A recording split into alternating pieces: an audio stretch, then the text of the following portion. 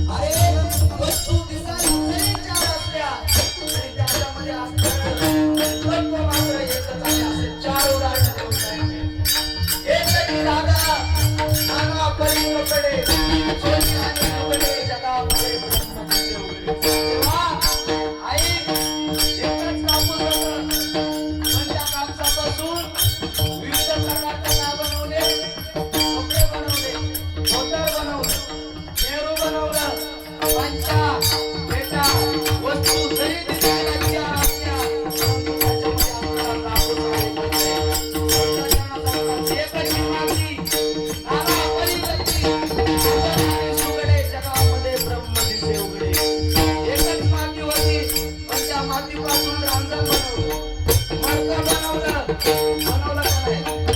एकच माती होती त्याच्यामध्ये असणारी. एकच